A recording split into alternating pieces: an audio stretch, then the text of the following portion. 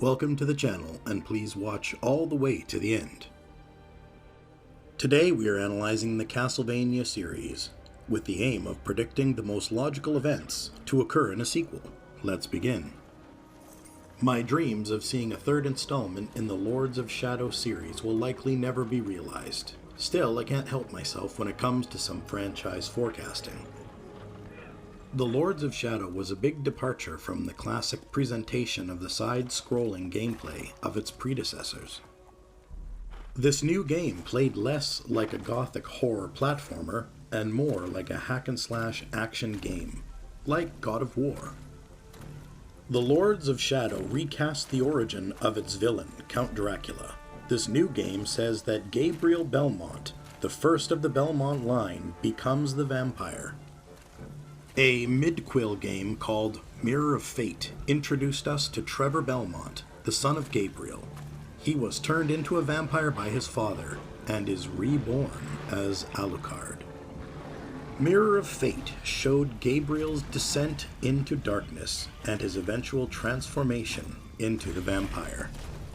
The Lords of Shadow 2 had us begin the game as a depowered version of Dracula that had just recently been reanimated and is suffering from memory loss. This game reminded me a lot of the Force Unleashed sequel.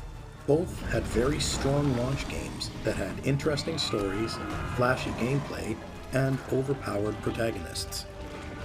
Narratively, both sequels were basic retreads of their original games. In the Lords of Shadow 1, the last boss was Satan, and in the Lords of Shadow 2, the last boss was, wait for it, Satan. To be honest, I was really disappointed with the story in Lords of Shadow 2. There's a ton of lore and unanswered questions from the entire series that could be expanded on to produce an engaging sequel. There is a central character in every game that has never had an origin story. I submit to you, the viewers, that a sequel game needs to focus on this character. Every protagonist has interacted with this character, but this character has never been playable. The curtain has never been drawn back to explain the character's actions. Across the vast collection of games and other media, a number of different hunters have wielded the vampire killer whip. Dracula has been defeated many times, but not by the skills or power of a Belmont or Alucard alone. Each hunter enters the demon castle armed with the vampire killer. While the Belmont traverses the castle, he whips candles to reveal hidden weapons. As the hunter breaks walls, meat and other upgrades are found in the rubble. In a narrative sense, the vampire cannot be responsible for hiding holy water and crosses around his castle for a hunter to find. So the question remains, who has been helping the hunters century after century? Every incarnation of the castle is different, as it reassembles itself silently while the vampire slumbers.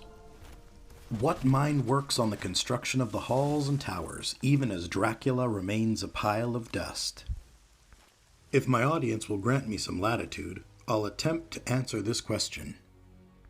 As the Dark Lord Dracula begins his resurrection, his flesh pulling itself together, the walls of Castlevania begin to rise and reassemble. Every denizen within the castle is a child of the vampire's fevered nightmares. But the stones are the bones of the castle, and the earth is the womb that births them. So who is this character? I suggest the name of the character is in the title of every game. Vanya, the soul of the castle. Wait, before the rees roll in, I get that Castlevania is just a play on the word Transylvania, but let's roll with it for a bit. The most likely origin for Vanya would be that she and Dracula were once lovers. Now she is bound to the castle and Dracula by magic. My assertion is that the castle itself helps the Belmonts time and time again, because it too hates the vampire. Lords of Shadow 2 showed us, through the Alucard DLC, that the castle is sentient. Castle features like the clock tower, the chapel, and the throne room are reoccurring, but the hallways and other areas are configured differently each time. This suggests more than just a random magical effect. It suggests a mind with a purpose. Vanya has grown tired of the endless cycles of death and rebirth. She is an unwilling prisoner of the vampire and his will. As his power revives, his dark nightmares twist and shape the halls and dungeons. Wood and stone are pulled from the roots of the earth to serve their master. The Lord of Darkness grows stronger with every rebirth, but there is always another Belmont to breach the castle gates and slay the vampire. A storytelling trope that I just adore is the Onion, telling stories in layers and only fully revealed with multiple playthroughs. The game/story would open with Vanya waking up as a skeleton that the player controls. The player would not know the character's identity in the beginning. The player would explore the castle, leveling up and obtaining new powers. Each boss will drop an orb, as usual, but the player could choose to ignore them. These orbs would change the appearance of the character, adding more flesh, new powers, and unlock more story. Her powers would involve control over the geometry of the castle, allowing for puzzles and opening new exploration options. I would reuse the Dahaka mechanic from the Prince of Persia Warrior Within. Until Vanya is fully powered, Dracula is unkillable. I would include chase sections where Dracula is pursuing Vanya after he encounters her in the early game. Dracula knows who she is.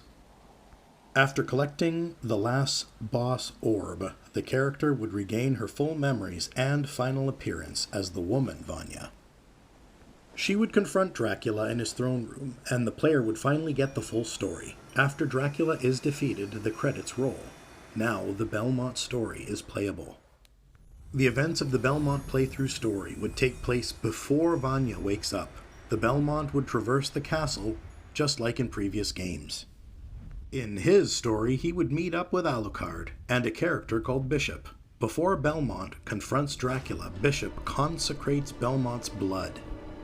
Dracula fights and defeats Belmont, then drinks his blood. The holy blood poisons the vampire, rendering him momentarily confused. Alucard swoops in to rescue Belmont, and he carries the wounded vampire hunter out and away from the castle to mend his wounds. The holy blood poisoning is the catalyst for Dracula losing control, and for Vanya to wake up and begin her story. Now, Dracula's story is playable. After being poisoned, Dracula loses control over the monsters in the castle, and the castle itself. The holy blood nearly killed him, and now he must traverse his own castle and remaster the monsters, and along the way he meets Vanya in skeletal form and realizes that she is the reason for the castle betraying him, and he tries to catch her. She flees and evades capture time and again. He knows she will come for him, so he returns to the throne room, and there faces Alucard. Alucard has assumed the mantle of master, and Dracula has to fight his son to regain control over the castle. They fight, and Alucard flees. Dracula's story ends as Vanya enters his throne room, and the credits roll. After the credits, we are shown a cutscene where Vanya releases her connection to the castle and leaves. As Vanya travels away from the castle, we return to the throne room, and Alucard sitting on the throne. Zobek enters and says, "Hail, Lord Dracula." Well, that's my take on what ground a Lords of Shadow sequel should cover. If anyone is interested in a part 2 video where I cover the story for Alucard and Bishop, let me know. I am requesting for more viewers to leave comments on this and my other videos. I'm not fishing for engagement numbers, I simply want to interact with other fans and hear their thoughts. I don't generate my ideas in a vacuum, and I enjoy reading supportive or critical comments, as it is a way for me to improve. Also, I just got access to polls and have posted a few.